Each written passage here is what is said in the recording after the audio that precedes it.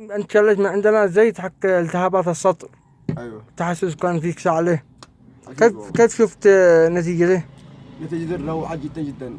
والله كنت يعني صدري ملتهب لدرجة ان انا ما حسيت بالجود يعني طول اليوم.